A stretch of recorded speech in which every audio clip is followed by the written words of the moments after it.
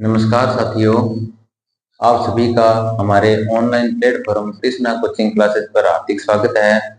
हमने पिछली दो वीडियो में सेफ्टी और हेल्थ के बारे में बढ़िया तरीके से स्टडी किया था, तो लगभग हमारा चैप्टर 1 कंप्लीट हो चुका है। और आज जो हमारा टॉपिक रहेगा या चैप्टर रहेगा वो है सामान्य विद्युत की बेसिक इलेक्ट्रिकल। हमारा आज का टॉपिक रहेगा, चैप्टर रहेगा। तो बेसिक इलेक्ट्रिकल में सबसे पहले बात आती है चार्ज की। सबसे पहले बात आती है चार्ज की, आवेश की। और हमारा जो आज का चैप्टर है या जो टॉपिक है वो है basic electricity. Basic electricity, basic electricity, सामान्य विद्युत, जिसमें हमारा पहला टॉपिक रहेगा चार्ज। चार्ज आपको भली भांति इससे चार्ज के बारे में पहले पता है कि जब हम बचपन में करते थे स्केल से शरीर में रगड़कर और फिर धूल के कण उठाते थे और गुब्बारे को रगड़कर और ऐसे हाथों पे चलाते थे तो ये जो बाल हैं वो खड़े हो जाते थे। तो ये जो प्रभाव दिखाई देता है ये प्रभाव आवेश के कारण दिखाई देता है, या यूं कहें कि वो जो प्रभाव है वो आवेश ही है एक प्रकार का। तो वो हमें दिखाई नहीं देता आवेश। तो वहीं से आवेश की स्टडी स्टार्ट होती है। तो आवेश एक बल होता है जिसको बोलते हैं अदृश्य बल होता है। ये आवेश एक प्रकार का अदृश्य बल होता है जो किसी वस्तु पर आकर्षण और प्रतिकर्षण का अनुभव करवाता है। फिर से रिपीट कर रहे हैं कि जो चार्ज होता है आवेश, आवेश क्या होता है? एक प्रकार का अदृश्य बल होता है जो हमें दिखाई नहीं देता। एक प्रकार का अदृश्य बल होता है जो किसी वस्तु पर आकर्षण और प्रतिकर्षण बल का अनुभव करवाता है। और आवेश हमारी एक क्या है? स्केलर क्वांटिटी है। स्केलर क्वांटिटी का मतलब यह एक अदिश राशि होती है। अदिश राशि होती है, स्केलर क्वांटिटी होती है। आवेश को Q से डोनेट करते हैं, यानी Q से लिखते हैं इसको। और आवेश का जो मात्रक रहता है, आवेश का मात्रक रहता है कूलाम, और कूलाम को C से लिखते हैं। तो यहाँ से हमारा टॉपिक स्टार्ट हुआ है आवेश। आवेश क्या होता है? एक प्रकार का अदृश्य बल होता है जो किसी वस्तु पर आकर्षण और प्रतिकर्षण बल का अनुभव करवाता है। आवेश एक स्केलर क्वांटिटी होती है, यानी अदिश राशि होती है, और इसका मात्रक होता है कूलाम, जिसे C से प्रदर्शित करते हैं। फिर हम आवेश के बारे में देखें कि एक किसी चालक के अंदर अगर हम आवेश ढूंढें, आवेश ज्ञात करें, तो ये हमने कोई चालक लिया है और इसका जो पृष्ठ क्षेत्रफल है वो A हमने रख लिया, और ये D है इसकी डिस्प्लेसमेंट। तो इसकी चालक के अंदर जो आवेश बनेगा वो बनेगा NeAD, ये इसका आवेश बनेगा। फिर हम देखते हैं कि जो हमने चालक लिया है उसका क्रॉस सेक्शन एरिया यूनिट है, इकाई क्रॉस सेक्शन एरिया और इकाई डिस्प्लेसमेंट के लिए, यानी एक एरिया मीटर स्क्वायर और डिस्प्लेसमेंट लिया है 1 मीटर की इकाई क्षेत्रफल और इकाई डिस्प्लेसमेंट पर जो हमारा आवेश उत्पन्न हुआ है। फिर वहां से जो किताबों में अपने को फॉर्मूला देखने को मिलता है वो ये मिलता है Q बराबर Ne, और ये होता है कूलाम। जहां पर ये तो हमें पता ही है, ये तो आवेश हो गया Q। यहाँ पर N क्या है? N है इलेक्ट्रॉनों की संख्या, N है इलेक्ट्रॉनों की संख्या। और यहाँ पर ये जो E है वो E प्रदर्शित करता है इलेक्ट्रॉन पर आवेश कितना है। इलेक्ट्रॉन पर आवेश कितना है? इलेक्ट्रॉन पर आवेश कितना होता है? 1.6 इंटू 10 की पावर -19 कूलाम। और इलेक्ट्रॉन की जो प्रकृति होती है वो ऋणात्मक होती है, इसलिए ऋणात्मक प्रकृति के लिए यहाँ आ जाता है माइनस। मान तो इसका सेम ही रहता है, 1.6 इंटू 10 की पावर -19 कूलाम ही रहता है इलेक्ट्रॉन का आवेश। ये जो नेगेटिव आता है वो इलेक्ट्रॉन की प्रकृति को दर्शाता है कि इलेक्ट्रॉन एक ऋणात्मक प्रकृति का कण है। ठीक है, तो यहाँ से ये जो सूत्र बन जाता है Q बराबर N। फिर इसी सूत्र से हम ढूंढ लेते हैं कि एक इलेक्ट्रॉन में ये हम ढूंढ लेते हैं कि इलेक्ट्रॉनों की संख्या कितनी निकलती है। एक कूलाम आवेश के अंदर इलेक्ट्रॉनों की संख्या कितनी निकलती है। तो यहाँ से सभी को क्लियर है। तो हमारा जो इसके बाद यहीं से नेक्स्ट जो स्टार्ट हो जाता है वो हो जाता है कि हम एक कूलाम आवेश के अंदर क्या ढूंढेंगे? एक कूलाम आवेश में इलेक्ट्रॉनों की संख्या, एक कूलाम आवेश में इलेक्ट्रॉनों की संख्या, एक कूलाम आवेश में इलेक्ट्रॉन की संख्या। तो ये सूत्र आएगा Q बराबर Ne, यानी हमने आवेश का मान कितना रखना है? एक कूलाम, यहाँ एक कूलाम रख दिया। इलेक्ट्रॉनों की संख्या ज्ञात करनी है, ये N ही तो है इलेक्ट्रॉनों की संख्या, तो ये N का N रख लिया। गुणा में ये है इलेक्ट्रॉन पर आवेश, इलेक्ट्रॉन पर आवेश 1.6 इंटू 10 की पावर -19 गुलाम हो गया। यहाँ से n का मान निकालेंगे तो n का मान 1/1.6 इंटू 10⁻19 हो जाएगा। तो यहाँ से इलेक्ट्रॉनों का जो मान निकल के आता है वो लगभग आता है 6.25 इंटू 10⁻18। ये आता है 6.25 इंटू 10⁻18। यानी एक गुलाम आवेश के लिए कितने इलेक्ट्रॉनों की आवश्यकता होती है? एक गुलाम आवेश में इलेक्ट्रॉनों की संख्या कितनी होती है? 6.25 इंटू 10⁻18 इलेक्ट्रॉन होती है। 6.25 इंटू 10⁻18 इलेक्ट्रॉन होती है। यहाँ से ये हर बार पूछ लिया जाता है क्वेश्चन कि एक गुलाम आवेश में इलेक्ट्रॉनों की संख्या कितनी होती है। यहीं से आपको नेक्स्ट क्वेश्चन आ जाता है, कई बार एग्जाम में कई बार आए हुए है कि 0.5 गुलाम में इलेक्ट्रॉनों की संख्या ज्ञात करो। इलेक्ट्रॉनों की संख्या आप भी इसे करने का प्रयास कीजिए कि 0.5 गुलाम में इलेक्ट्रॉनों की संख्या ज्ञात करो। सूत्र आपके सामने है और यहाँ पे निकाला हुआ है। तो 0.5 गुलाम आवेश में इलेक्ट्रॉनों की संख्या यानी आधा गुलाम हो गया, आधा गुलाम हो गया। यानी एक गुलाम में इतनी है तो आधे गुलाम में 0.5 गुलाम में यानी 1/2 यानी इसका आधा करना है। इसका आधा करने के लिए हमें क्या करना पड़ेगा? सिर्फ इसी का आधा करना पड़ेगा, पावर आधी नहीं होती, इसी का आधा करना पड़ेगा। तो ये लगभग हो जाएगा 3.12 इंटू 10⁻18 इलेक्ट्रॉन हो जाएगा कि 0.5 गुलाम में कितने इलेक्ट्रॉन होंगे? 3.12 इंटू 10⁻18 इलेक्ट्रॉन हो जाएंगे। इसी प्रकार हमको कितने भी दे दे, 10 गुलाम दे, 5 गुलाम दे, 15 गुलाम दे, तो डायरेक्ट इसी से होगा। बाकी पावर तो सेम रहेगी 10⁻18 इलेक्ट्रॉन। यहाँ तक सभी को क्लियर हो जाएगा, कोई दिक्कत नहीं है कि एक गुलाम आवेश में इलेक्ट्रॉनों की संख्या हो जाएगी 6.25 इंटू 10⁻18 इलेक्ट्रॉन। हर बार क्वेश्चन आता है, हर बार। जैसे आपको एग्जाम्पल के रूप में हमने क्वेश्चन दिया कि 0.5 गुलाम में कितने इलेक्ट्रॉन रहेंगे, तो 3.12 इंटू 10⁻18 इलेक्ट्रॉन रहेंगे। और यहाँ से गुलाम का आवेश का सूत्र आ जाता है Q बराबर Ne। फिर यहाँ से जो नेक्स्ट आता है, ये तो हमने आवेश के बारे में थोड़ा बहुत स्टडी कर लिया। अब आता है कि आवेश कितने प्रकार का होता है। आवेश कितने प्रकार का होता है, कितने टाइप का होता है? तो आवेश के प्रकार, आवेश के प्रकार, आवेश कितने प्रकार का होता है? आवेश दो प्रकार का होता है। एक तो होता है धन आवेश, जिसे बोलते हैं धनावेश, और एक होता है ऋण आवेश, जिसे बोलते हैं ऋणावेश। ऋणावेश इसको बोलते हैं पॉजिटिव चार्ज, ये होता है नेगेटिव चार्ज। तो ये दो प्रकार के आवेश होते हैं, पॉजिटिव चार्ज और नेगेटिव चार्ज। ठीक है, यहाँ तक। इसके बारे में एक एक्स्ट्रा फैक्ट आते हैं, एक्स्ट्रा चीजें हम पढ़ लेते हैं। इसके अलावा हम पढ़ लेते हैं परमाणु के बारे में। परमाणु के बारे में थोड़ी स्टडी कर लेते हैं। तो हमने नाभिक बना दिया और इसकी बाहरी कक्षा बना दी, ये इसकी बाहरी शेल आ गई, बाहरी कक्षा आ गई। ये इसका आ गया नाभिक, जिसे बोलते हैं न्यूक्लियस। न्यूक्लियस, नाभिक। इस नाभिक की जो खोज की थी वो किसने की थी? रदरफोर्ड जी ने की थी। अर्नेस्ट रदरफोर्ड जी ने नाभिक की खोज की थी। कहाँ पे की थी? इनका एक मॉडल था सोने की पतली झिल्ली का, स्वर्णपन्नी मॉडल जिसे कहते हैं। उसके अंदर नाभिक की खोज हुई थी कि अल्फा कणों की बौछार की सोने की पतली झिल्ली पर बहुत सारे अल्फा कण उस पतली झिल्ली से सीधे निकल गए और बहुत सारे उससे टकराकर विचलित हो गए। लगभग कहा जाता है कि लगभग 5 से 10,000 अल्फा कणों, 20,000 अल्फा कणों में से 1-2 कण ऐसे थे जो इसके मध्य से टकराकर वापिस आए। तो फिर इन्होंने देखा कि मध्य में कोई ऐसा सघन भाग होगा, ऐसा कठोर भाग होगा जिससे ये अल्फा कण टकराकर वापस आया है। तो उस केंद्रीय सघन भाग को क्या कहते हैं? नाभिक कहते हैं। तो नाभिक किसे कहते हैं? परमाणु के केंद्रीय सघन भाग को, केंद्रीय सघन भाग को, परमाणु के केंद्रीय सघन भाग को क्या कहते हैं? नाभिक कहते हैं। खोज की थी रदरफोर्ड ने। इसके व्यास की बात करें तो नाभिक का व्यास होता है 10⁻⁻15 मीटर और इसे बोल देते हैं 1 फर्मी।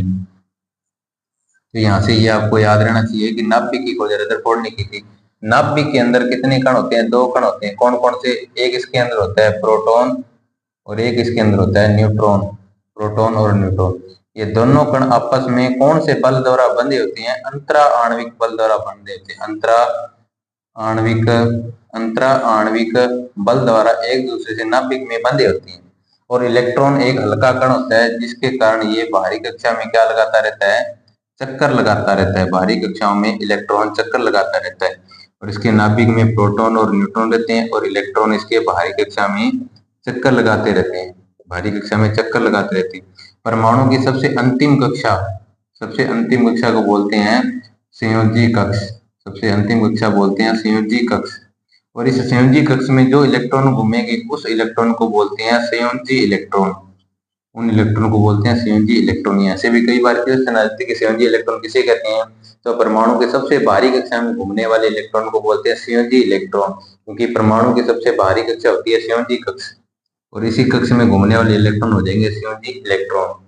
यहाँ से अब इनके बारे में पढ़ लेते हैं कि प्रोटॉन, न्यूट्रॉन और इलेक्ट्रॉन। सबसे पहले हम बात कर लेते हैं इलेक्ट्रॉन की।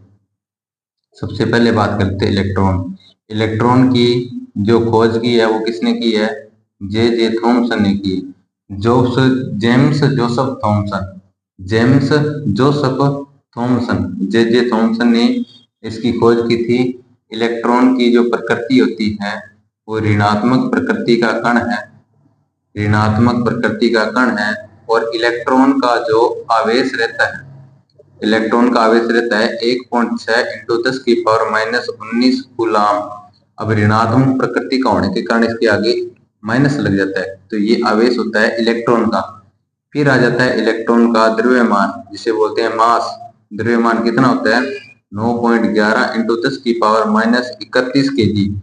ये केजी द्रव्यमान की इकाई होती है, तो ये इसका द्रव्यमान होता है इलेक्ट्रॉन का। खोज किसने की, जे थॉमसन। कौन सी प्रकृति का कण है, ऋणात्मक प्रकृति का कण है, और इसका आवेश होता है 1.6 इंटू 10 की पावर -19 कूलाम। नेगेटिव साइन इसकी प्रकृति को दर्शाता है, ठीक है। और द्रव्यमान होता है 9.1 इंटू 10 की पावर -31 केजी। इसके बाद दूसरा जो कण आ गया वो है हमारा प्रोटॉन। प्रोटॉन की जो खोज है वो किसने की, गोल्डस्टीन ने की। गोल्डस्टीन ने प्रोटॉन की खोज की, लेकिन जो नामकरण किसने किया, रदरफोर्ड जी ने इसका नामकरण किया। प्रोटॉन नाम से चला प्रोटॉन यानी पॉजिटिव। कौन सी प्रकृति का कण है, पॉजिटिव प्रकृति का कण है, यानी धनात्मक प्रकृति का ये कण है। आवेश कितना हो जाएगा प्रोटॉन का, सेम टू सेम आवेश जितना इलेक्ट्रॉन का आवेश उतना ही प्रोटॉन का आवेश रहता है, 1.6 इंटू 10 की पावर -19 कूलाम। धनात्मक प्रकृति का इसलिए पॉजिटिव रहता है, ये ऋणात्मक प्रकृति का इसलिए नेगेटिव रहता है, बाकी मान इनके समान होते हैं। फिर बात चलती है प्रोटॉन के द्रव्यमान की। प्रोटॉन का जो द्रव्यमान होता है 1.672 इंटू 10 की पावर -27 केजी होता है। इसका द्रव्यमान 1.672 इंटू 10 की पावर -27 केजी होता है। फिर इसके बाद बात चलती है, यहाँ पे ऊपर लिख देते हैं। इसके बाद बात चलती है तीसरे कण की। तो तीसरा जो कण होता है वो कौन सा, न्यूट्रॉन। न्यूट्रॉन की खोज किसने की, जेम्स चैडविक ने न्यूट्रॉन की खोज की। और इसका जो ये आवेशहीन है, इसका कोई आवेश नहीं होता, ये आवेशहीन कण होता है। और इसका जो द्रव्यमान होता है, द्रव्यमान लगभग जितना प्रोटॉन का द्रव्यमान होता है लगभग उतना द्रव्यमान होता है, लेकिन इसका द्रव्यमान थोड़ा ज्यादा होता है। द्रव्यमान होता है 1.676 इंटू 10 की पावर -27 केजी होता है, 27 केजी होता है। अब यहाँ से पता चल रहा है कि सबसे भारी कौन है, सबसे भारी न्यूट्रॉन है, उसके बाद प्रोटॉन है, और सबसे हल्का कौन है, सबसे हल्का कौन है, इलेक्ट्रॉन है। इलेक्ट्रॉन सबसे हल्का होने के कारण ये भारी कक्षाओं में चक्कर लगाता रहता है, ये इसका रीजन है। तो यहाँ से हम ढूंढे कि मास ऑफ प्रोटॉन अपॉन में मास ऑफ इलेक्ट्रॉन करें तो ये कितना आता है, लगभग 1837 आता है, और इसको हम लगभग मान लेते हैं 1840। तो यहाँ से एक रिलेशन निकलता है कि मास ऑफ प्रोटॉन बराबर 1840 गुना होता है मास ऑफ इलेक्ट्रॉन, यानी मास ऑफ इलेक्ट्रॉन द्रव्यमान, इलेक्ट्रॉन का द्रव्यमान, इसी को तो मास कहते हैं। यानी इसके अंदर अगर हम 1840 का गुणा कर देंगे तो किसका द्रव्यमान आ जाएगा, प्रोटॉन का द्रव्यमान आ जाएगा। तो ये कई बार क्वेश्चन आता है कि मास ऑफ प्रोटॉन 1840 गुना होता है मास ऑफ इलेक्ट्रॉन का। तो ये बहुत इंपॉर्टेंट बात है यहाँ से। तो ये थोड़ा एक्स्ट्रा के फैक्ट के अंदर था कि परमाणु के बारे में मैंने थोड़ी सी स्टडी की है, जिसके केंद्रीय सघन भाग को क्या बोलते हैं, नाभिक बोलते हैं, जिसकी खोज रदरफोर्ड जी ने की थी। और इस नाभिक को क्या बोलते हैं, परमाणु के केंद्रीय सघन भाग बोलते हैं। परमाणु के नाभिक के अंदर प्रोटॉन और न्यूट्रॉन दोनों कण होते हैं, और कौन से बल द्वारा बंधे होते हैं, अंतरा आणविक बल द्वारा, अंतरा आणविक बल द्वारा एक दूसरे से नाभिक में बंधे होते हैं। इसका जो व्यास होता है 10⁻⁻15 मीटर, उसे बोलते हैं एक फर्मी बोलते हैं। ठीक है, यहाँ से उसके बाद जो परमाणु का बाहरी कक्ष होता है उसे बोलते हैं संयोजी कक्ष, और इसी संयोजी कक्ष में जो इलेक्ट्रॉन घूमते हैं, अंतिम कक्षा में जो इलेक्ट्रॉन घूमते हैं उसे बोलते हैं संयोजी इलेक्ट्रॉन। ये भी कई बार पूछ लेते हैं, इंपॉर्टेंट बात है कि संयोजी इलेक्ट्रॉन किसे कहते हैं? परमाणु की अंतिम कक्षा में घूमने वाले इलेक्ट्रॉन कहलाते हैं संयोजी इलेक्ट्रॉन। फिर हमने इलेक्ट्रॉन के बारे में पढ़ा था कि इलेक्ट्रॉन की खोज जे थॉमसन जी ने की। ऋणात्मक प्रकृति का कण है और आवेश क्या है? 1.6 × 10⁻⁻19 कूलम इसका आवेश होता है। और द्रव्यमान कितना होता है इलेक्ट्रॉन का? 9.11 × 10⁻31 kg, किलोग्राम द्रव्यमान की इकाई है। उसके बाद प्रोटॉन की खोज किसने की? गोल्डस्टीन ने की, लेकिन नामकरण इसका नाम रदरफोर्ड जी ने दिया। प्रोटॉन धनात्मक प्रकृति का कण होता है, आवेश इसका होता है 1.6 × 10⁻27 kg। उसके बाद द्रव्यमान की बात आ गई, आवेश सेम टू सेम आवेश होता है, लेकिन ये धनात्मक प्रकृति का, इसलिए ये पॉजिटिव में रहेगा। प्रोटॉन का द्रव्यमान और न्यूट्रॉन का द्रव्यमान समान रहता है लगभग, लेकिन इसका आवेश और इसका आवेश समान रहता है, केवल प्रकृति का अंतर रहता है, वो ऋणात्मक प्रकृति का कण है, ये धनात्मक प्रकृति का कण है। तो यहाँ से सभी को क्लियर हो गया। जिसको स्क्रीनशॉट लेना है वो स्क्रीनशॉट ले सकते हैं। ठीक है यहाँ तक। उसके बाद जो हमारा नेक्स्ट है वो है इसके कुछ अन्य फैक्ट। अन्य फैक्ट में आ जाएगा कि हम आवेश के बारे में पढ़ रहे हैं, चार्ज के बारे में पढ़ रहे हैं, आवेश के बारे में पढ़ रहे हैं। आवेश एक प्रकार का अदृश्य बल था। तो इसके मात्रक की बात चल रही थी, जो हमने मात्रक पढ़ा, ऐसा ही मात्रक पढ़ा, वो क्या था? इसका कूलम था, कूलम सीधा। और इसका अगर सीजीएस पद्धति में मात्रक देखें, सीजीएस पद्धति में मात्रक देखें तो इसका मात्रक हो जाएगा ESU, जिसे बोलते हैं electrostatic unit. Electrostatic unit CGS पद्धति में मात्रक होता है आवेश का इलेक्ट्रोस्टैटिक यूनिट। तो यहाँ से रिलेशन निकलता है कि एक कूलम कितने ESU के बराबर है? तो 3 × 10⁻9 ESU के बराबर होता है। ये वेरी मोस्ट इम्पोर्टेंट रिलेशन है यहाँ से कि एक कूलम कितने ESU के बराबर है? 3 × 10⁻9 ESU के बराबर होता है एक कूलम। एक कूलम कितने बराबर? 3 × 10⁻9। और आवेश को मेजर करते हैं किससे? आवेश को मेजर करते हैं विद्युतदर्शी से। आवेश का मापन करते हैं विद्युतदर्शी। आवेश का मापन विद्युतदर्शी से करते हैं इलेक्ट्रोस्कोप से बोलते हैं इलेक्ट्रोस्कोप। इलेक्ट्रोस्कोप से इसका मापन किया जाता है आवेश का।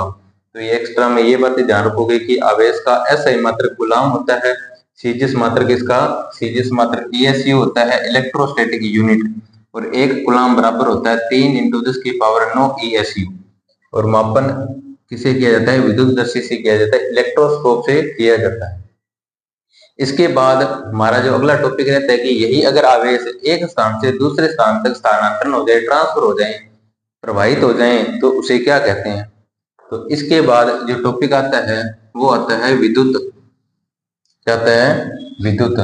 कि ये जो आवेश हैं, आवेशों के स्थानांतरण, आवेशों के स्थानांतरण, आवेशों के स्थानांतरण को क्या कहते हैं?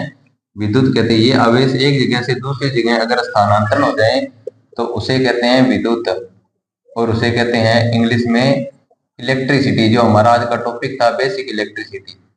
इलेक्ट्रिसिटी ये अगर आवेश एक स्थान से दूसरे स्थान तक ट्रांसफर हो जाए, स्थानांतरण हो जाए, तो उसे हम क्या कहेंगे? विद्युत कहेंगे।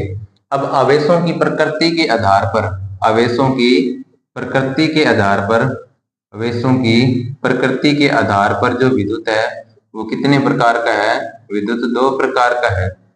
एक तो होता है स्थैतिक विद्युत और एक होता है गतिशील विद्युत। एक होता है स्थैतिक विद्युत, स्टैटिक इलेक्ट्रिसिटी, और एक होता है गतिशील विद्युत, गतिशील विद्युत। तो आवेशों की प्रकृति के आधार पर स्थैतिक विद्युत और गतिशील विद्युत। आवेशों की प्रकृति के आधार पर विद्युत कितने प्रकार का है? 2 प्रकार का। एक होता है स्थैतिक विद्युत, एक होता है गतिशील विद्युत। स्थैतिक विद्युत यानी स्थिर अवस्था के अंदर जो हमारा आवेश बनेगा, जो विद्युत बनेगा, उसे स्थैतिक विद्युत कहेंगे। और ये वाली विद्युत कैसे पैदा की जाती है? ये वाली विद्युत घर्षण के द्वारा पैदा की जाती है। घर्षण के द्वारा इसको जनरेट किया जाता है, पैदा की जाती है आवेशों की स्थिर अवस्था के अंदर। आवेशों की स्थिर अवस्था के अंदर जो सप्लाई बनती है, जो इलेक्ट्रिसिटी बनती है, उसे स्थैतिक विद्युत कहते हैं, स्थिर अवस्था के अंदर। और इस प्रकार की सप्लाई को हम दूर दराज तक ट्रांसमिशन नहीं कर सकते, किसी अन्य स्थान पर नहीं भेज सकते। इसको कहीं अन्य स्थान पर नहीं भेज सकते, इसको किसी अन्य स्थान पर हम नहीं भेज सकते। उसके अलावा इधर जो गतिशील विद्युत है, गतिशील विद्युत यानी गतिशील अवस्था के अंदर जो विद्युत पैदा की जाती है, गतिशील अवस्था के अंदर जो विद्युत पैदा की जाती है उसे गतिशील विद्युत कहते हैं। और ये वाली जो विद्युत है वो कैसे हम पैदा कर सकते हैं? ये अल्टरनेटर से, अल्टरनेटर, सेल, बैटरी, ईटीसी। तो इनसे हम क्या गतिशील विद्युत पैदा कर सकते हैं और इनको हम एक स्थान से दूसरे स्थान पर भेज भी सकते हैं, इनको एक स्थान से दूसरे स्थान पर भेज भी सकते हैं। अब यहाँ पे एक बात चली थी कि जो स्थैतिक विद्युत है उसको घर्षण के द्वारा पैदा किया जाता है। अब घर्षण के द्वारा जब हम इसको पैदा करेंगे, घर्षण के द्वारा हम इसको पैदा करेंगे तो घर्षण के द्वारा तीन चीजों का पता चलता है हमें। घर्षण के द्वारा अगर पैदा करेंगे, घर्षण में क्या रखेंगे? अगर कांच की छड़ को रेशम के कपड़े के साथ घर्षण करवाएंगे, रगड़ेंगे, रेशम के कपड़े के साथ रगड़ेंगे तो कांच की छड़ पर कौन सा आवेश आ जाएगा? पॉजिटिव आवेश आ जाएगा। और रेशम के कपड़े पर नेगेटिव आवेश आ जाएगा। ये क्वेश्चन अभी हाल ही में PGCIL power grid junior technician training के अंदर अभी जो एग्जाम हुआ था पीछे, उसमें आया हुआ था कि इन दोनों को रगड़ने पर कांच के छड़ पर कौन सा आवेश आ जाता है? धनात्मक आवेश आ जाता है। और रेशम के कपड़े पर ऋणात्मक आवेश आ जाता है। इसी प्रकार नेक्स्ट होता है जो बिल्ली की खाल। बिल्ली की खाल और एबोनाइट की छड़, बिल्ली की खाल और एबोनाइट की छड़ को अगर आपस में संपर्क करवाएं, घर्षण करवाएं, रगड़ें तो बिल्ली की खाल पर पॉजिटिव आवेश आ जाएगा और एबोनाइट की छड़ पर नेगेटिव आवेश आ जाता है। तो ये बात भी आप ध्यान रखोगे, ये बात भी इंपॉर्टेंट है यहाँ। नेक्स्ट और लास्ट है कि उन्नी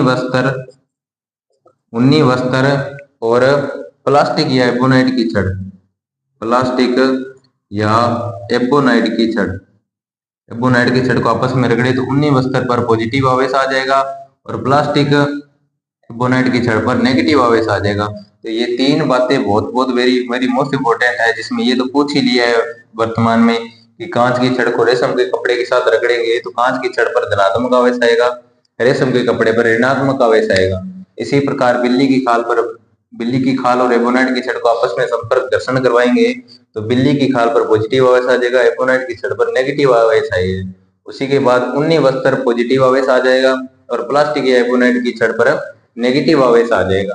तो ये था हमारा विद्युत के बारे में कि विद्युत क्या था? आवेशों का स्थानांतरण, को आवेश एक जगह से दूसरी जगह स्थानांतरण हो जाए तो उसे हम कहते हैं विद्युत। और विद्युत क्या होता है? आवेशों की प्रकृति के आधार पर विद्युत दो प्रकार का था, एक स्थैतिक विद्युत और एक होता है गतिशील विद्युत। स्थैतिक विद्युत क्या होता है? जो स्थिर अवस्था के अंदर विद्युत पैदा होता है।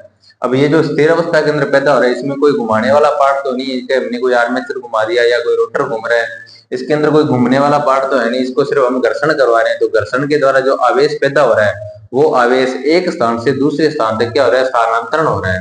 इन दोनों को रगड़ रहे हैं तो यहाँ से नेगेटिव आवेश निकलकर इस पर आ रहा है और यहाँ से पॉजिटिव आवेश निकलकर इस पर आ रहा है। तो आवेशों का स्थानांतरण हो रहा है, किसके द्वारा? घर्षण के द्वारा आवेशों का स्थानांतरण हो रहा है। यहाँ पे कोई घूमने वाला पार्ट नहीं है, सिर्फ स्थिर अवस्था के अंदर हम आवेशों का स्थानांतरण कर रहे हैं घर्षण के द्वारा, तो उसे बोलेंगे स्थैतिक विद्युत। ये सारे स्थैतिक विद्युत के उदाहरण हैं कि कांच की छड़ और रेशम के कपड़े को रगड़े तो क्या हो जाएगा। तो इसी प्रकार गतिशील विद्युत होता है, यानी गतिशील अवस्था के अंदर जैसे अल्टरनेटर होता है, आर्मेचर घूमता है, चालक चुंबकीय क्षेत्र को काटता है तो उसमें ईएमएफ पैदा हो जाता है, वो ईएमएफ गति के कारण पैदा हुआ है तो उसे बोलेंगे गतिशील अवस्था के अंदर जो पैदा हुआ वो गतिशील विद्युत है।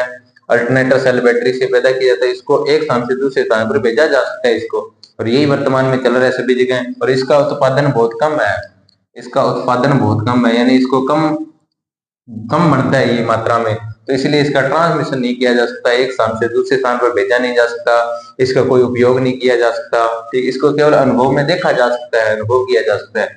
लेकिन इसका उत्पादन हम बड़े पैमाने पर कर रहे हैं और आगे ट्रांसमिशन भी इसका कर रहे हैं।